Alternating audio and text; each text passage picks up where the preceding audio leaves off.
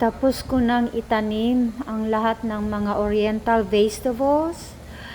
Ngayon, i-install namin yung irrigations or sprinkler in my vegetables garden area.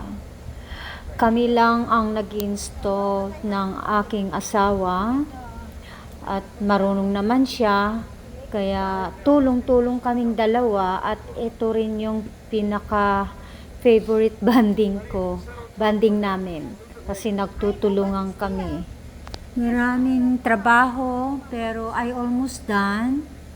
After ng sprinkler, ang isusunod ko namang gagawin ay maggagawa ako ng gapangan ng patula, sigarilyas, kalabasa at sitaw.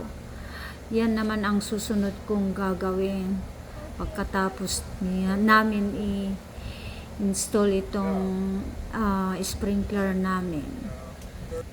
Pakunti-kunti yung gawa namin, gawa ng grabe kainit na ngayon, kaya lalabas kami niyan mga 5 or 5:30 depende sa init ng araw, kaya pautay-utay but at least may natatapos naman.